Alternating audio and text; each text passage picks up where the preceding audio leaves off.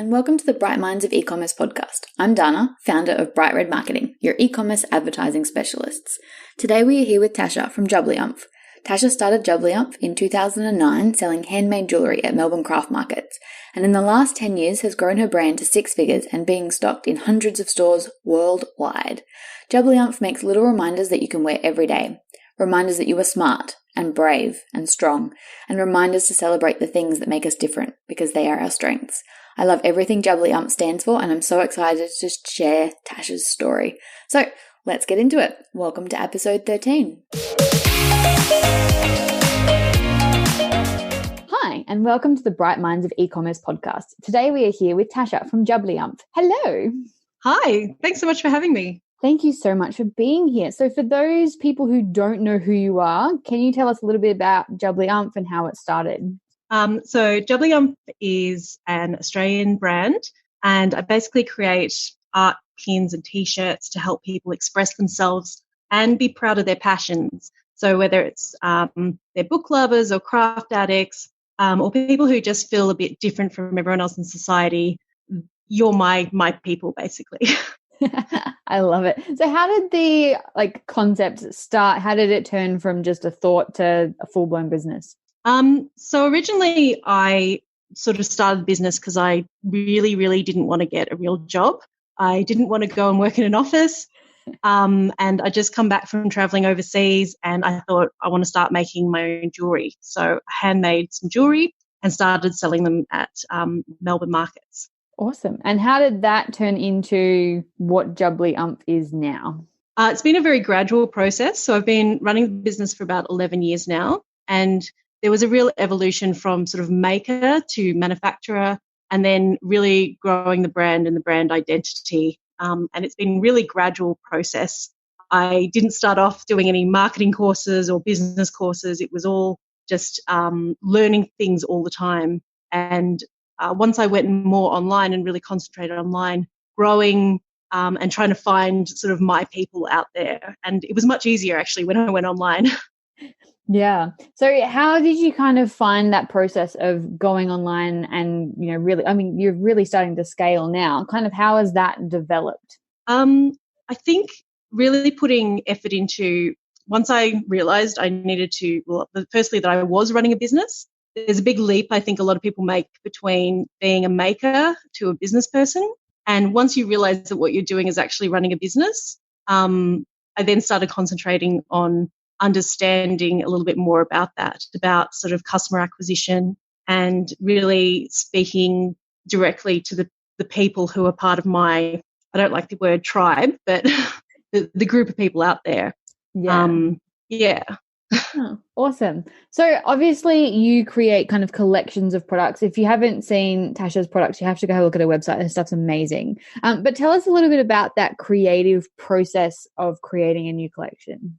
So I always do a collection around a theme, and a lot of the time we sort of have hidden meanings in the design. So our biggest product is enamel lapel pins, and they're just small pins that you could wear on a jacket or a shirt, or you could have it on your bag. Some people wear it on the inside of their collar, so it's like a secret message, and each pin will have its own little message to it. So one of my most popular ones is called this little sword, and it says "Fighting Invisible Battles" on it. And a lot of people will wear that as a little memento throughout the day. So if they're going to have a hard day or they need to get out and about, that's what they wear. So I usually start with a concept, and I knew that I wanted one that would be like about fighting battles every single day. And then I would sketch out a design from that. The basis of the collection would come around a theme. So we did sort of that one was part of a mental health theme. And each one of them was representing something that people faced every single day. So, for example, there's the Fighting Invisible Battles. I had one called Anxiety Expert, which was to represent people with anxiety. I had a little spoon one, which was to represent people with chronic illnesses. And each collection sort of evolved like that. Yeah, that's amazing. No, I love your collections. Every time you release one, they're always really interesting to kind of see all of the pieces come together. So it's interesting to hear that process behind it all. Something that we know a lot of our podcast listeners always want to know is when you went online the first time. So obviously you've been building up a bit of a brand and a bit of your first kind of customers at the markets and things. But when you first went online, how did you kind of get those first kind of online customers? So initially just from the markets. As soon as I started doing market stalls, I knew I had to have a website. So that was always a priority. And with every sale that I made at a market, I would hand a little business card or a thank you card with a discount code and tell people that I had a website. And then I'd gradually build up a mailing list. And this was the very early days of Facebook as well, a Facebook page. So people would follow the Facebook page. It used to be the days when we could just post something and people would buy it. It Back amazing. When it was so easy to get engagement. Miss those days. I know. The good old days. Yeah, I used to just post a picture of something and a link to my website and people would buy directly from that almost every time. So that was a really good initial way. And then I'd post on Facebook as well of what market I'm going to be at next.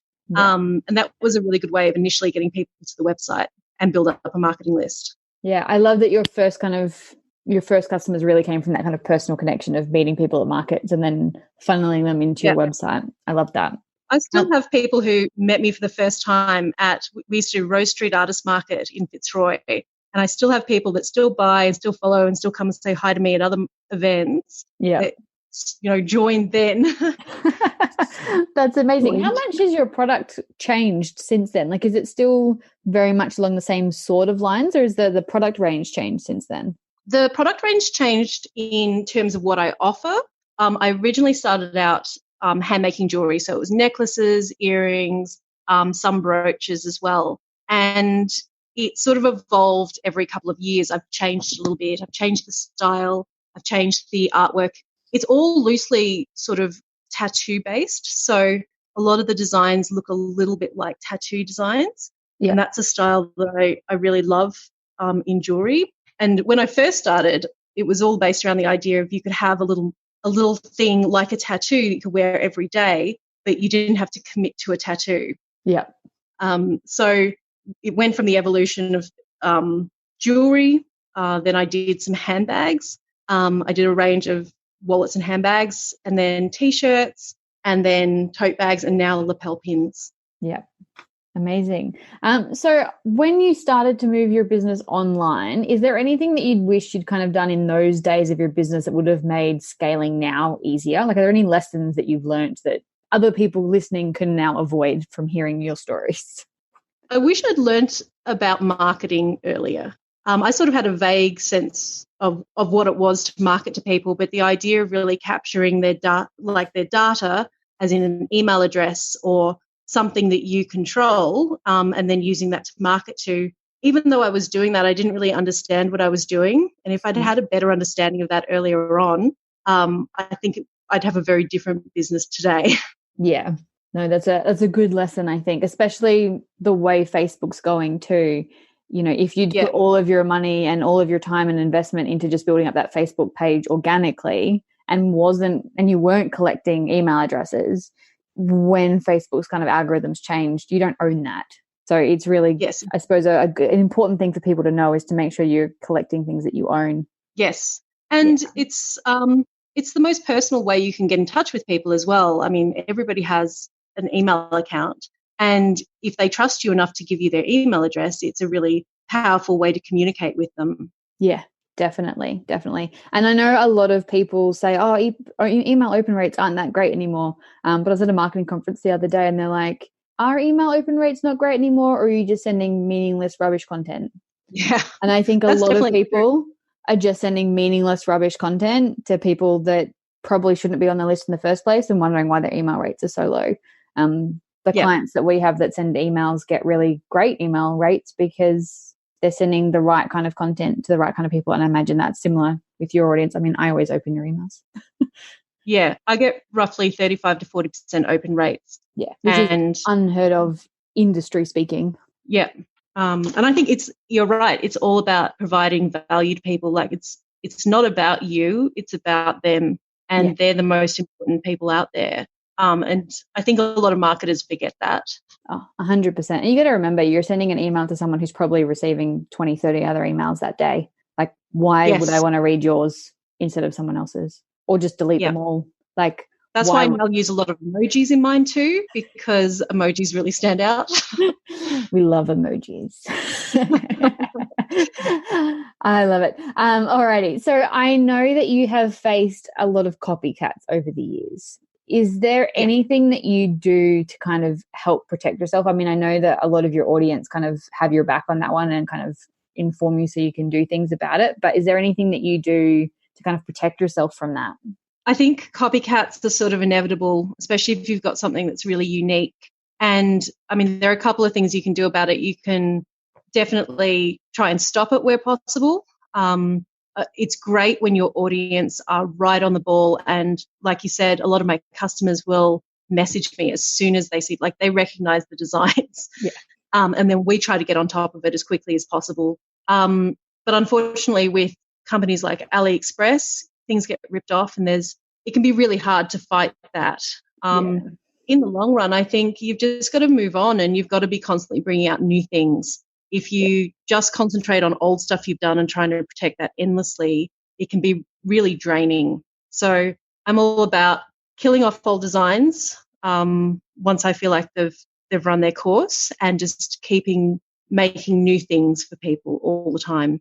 Yeah, I love that attitude around it, because obviously there's not too much you can do if someone like AliExpress picks it up, because by the time they've picked it up, 20 of them have picked it up, and it's a different country. It's very hard. So I love the attitude around it. I think that's really good. And you do have a great audience of people who have your back. Yeah, they're the best. They are the best. So obviously art's a huge part of your business. You're obviously very talented with, that side of things. Do you have any other creative projects outside of quote unquote business? Like, did this kind of take away the fun of art, or have you still got other art projects that you love? I'm not great with doing art projects just at the moment. Every time I sit down to do something, it ends up being for my business. I am working on another book, but that will still sort of be part of my business. So I'm very focused on growing my business, because that is my career as well. So I don't really have I'm gardening, I suppose. That's creative. That's creative. My thing that cannot be business in any way, and that's what I do when I'm trying to get out of it. That's awesome. So obviously you are still a very creative person. Has it taken some of the fun out of it, or is it more fun for you now because you get paid to do the art side of things? There are definitely times when it takes some of the fun out of it. When I'm under a deadline and I have to complete artwork and I don't have my head around it yet, it can be really stressful. But for the most part, I really enjoy it, and I really enjoy the creative process. And usually, we were talking about the development of collections. Often I have an idea in my head and I'm sketching things down months and months in advance of actually starting the work. So it is quite a long process getting the idea behind something right first. And I do really enjoy that aspect of it. I can't just sort of sit down and do something really quickly most of the time, but it's exciting to be able to do art whenever I want and as a career. Yeah. I think that's every artist's dream, is to be able to have a career out of that. So that's really cool. You have built pretty much a cult-like audience.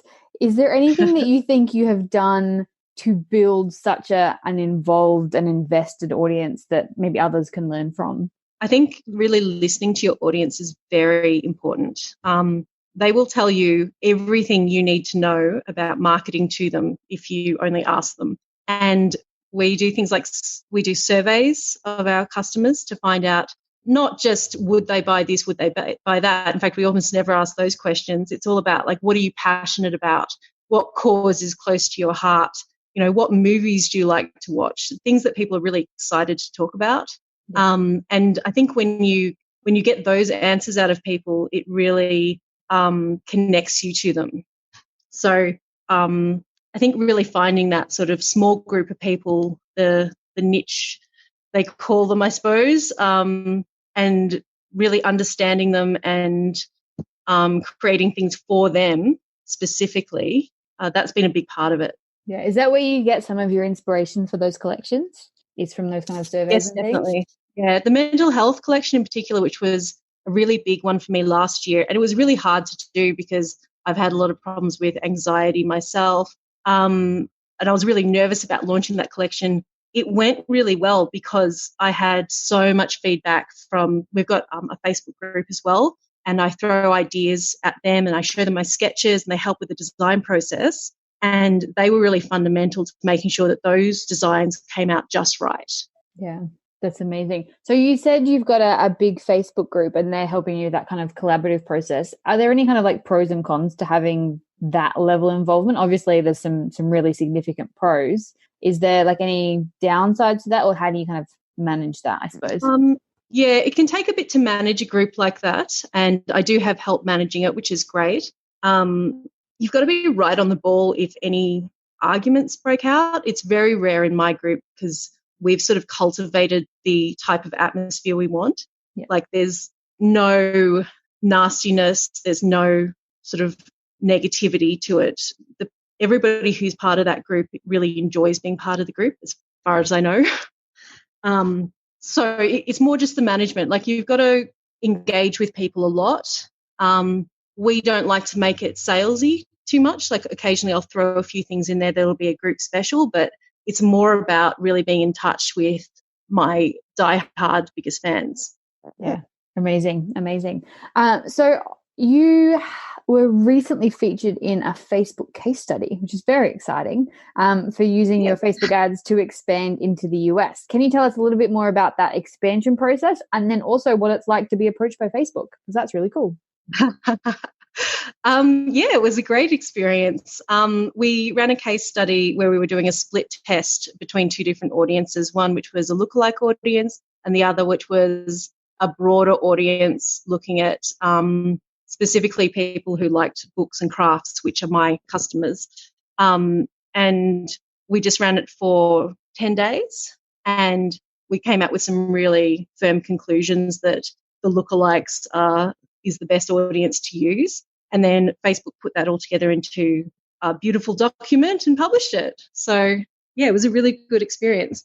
Yeah, amazing.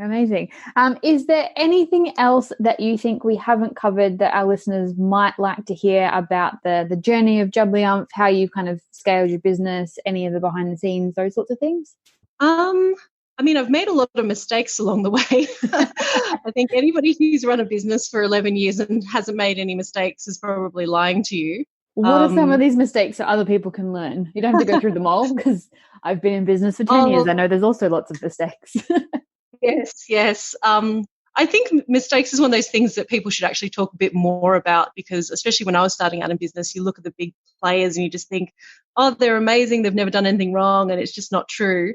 Yeah. One of my biggest ones was we overinvested in stock a few years ago when we were doing handbags. And firstly, they take up so much room. So we had like a whole room in my studio taken up with a wall of handbags. There was 400 that we were left with that was sort of dead stock, and I just couldn't sell it.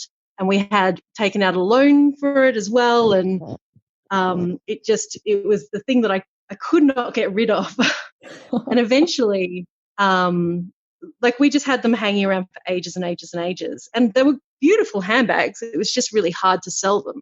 Yeah. And that was probably my biggest mistake. You know, I didn't ask for customer feedback when I was designing them. So the designs I brought out weren't the right ones. And then it turns out that handbags are actually quite hard to sell because most people only have one that they use at any given time. So yes, sort of mistakes like that. There was a point where we were in a lot of debt over it, and it could have gone the wrong way, and you know we could have maybe not gotten through it. Yeah, I think that's a good lesson though. In that, ask your audience so that you know what they actually want before kind of overstocking something. Like I think that's a lesson a lot of small startup e-commerce businesses could learn from, and even big scaling ones that they might have a great idea and they go and buy a huge amount of stock for something that's not tested. Yep, that's exactly what I did. Yeah, but that's a lesson that's learned that you will never ever make again, and it turned out okay in the end by the sound of it. Yes, it did. We managed to move all the bags pretty much at cost price. and I announced that I was never stocking bags again, and that's what did it. That's what This got is everyone it. to buy them. Last chance, people. You're never getting a handbag ever again. Yeah, that was it. Yep. But I really appreciate that everybody sort of stepped up and helped us out of that situation, because I put out a bit of a heartfelt post and explained sort of how bad it was, and people really came through and supported us, which was great. Yeah, that's amazing. You do have a wonderful community around you. So that's, I mean, and it's a testament to how you've built your business, really. So that's really cool. All right, it's going to get into the last couple of questions that we ask everyone. Do you have any secret strategies, routines, or habits that you use every day to help you stay on track in business or just in personal life? I don't know about secret strategies.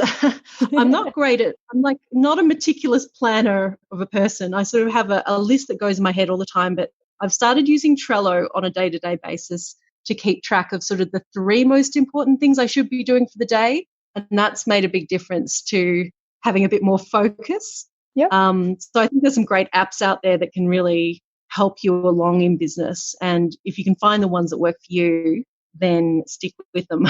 That's it. I think that's it. I think everyone kind of gets too stuck in trying to do everything and having 17,000 different apps, because that's what everyone else does. Just finding the one that works for you can make such a big difference.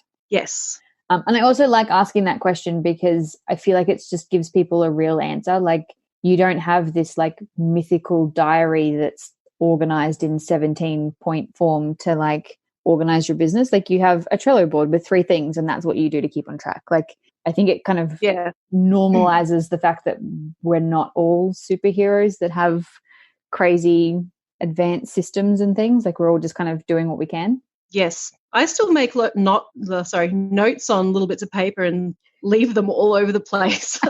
And remembering occasionally to put it on the Trello board has been what's brought it all together.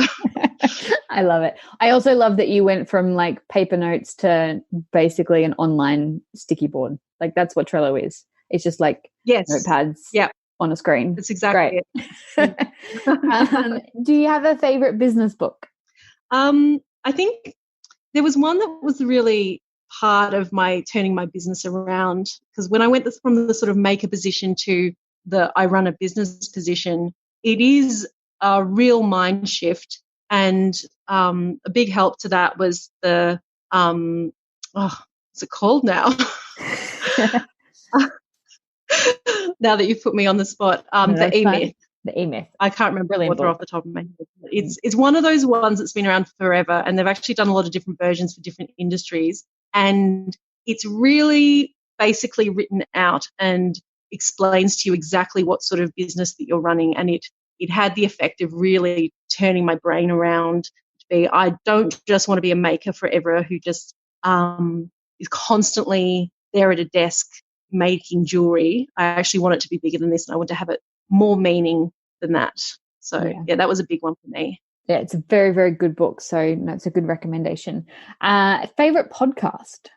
I really like How I Built This, because it's all about interviews with people who built really big companies, usually in America, and sort of their entrepreneurial journey. And there's not a one of them that went through and said, oh, I didn't make any mistakes. They usually tell you about how they almost lost their company 5 times and they made 20 mistakes and they almost went bankrupt. Yep. And I find that motivational.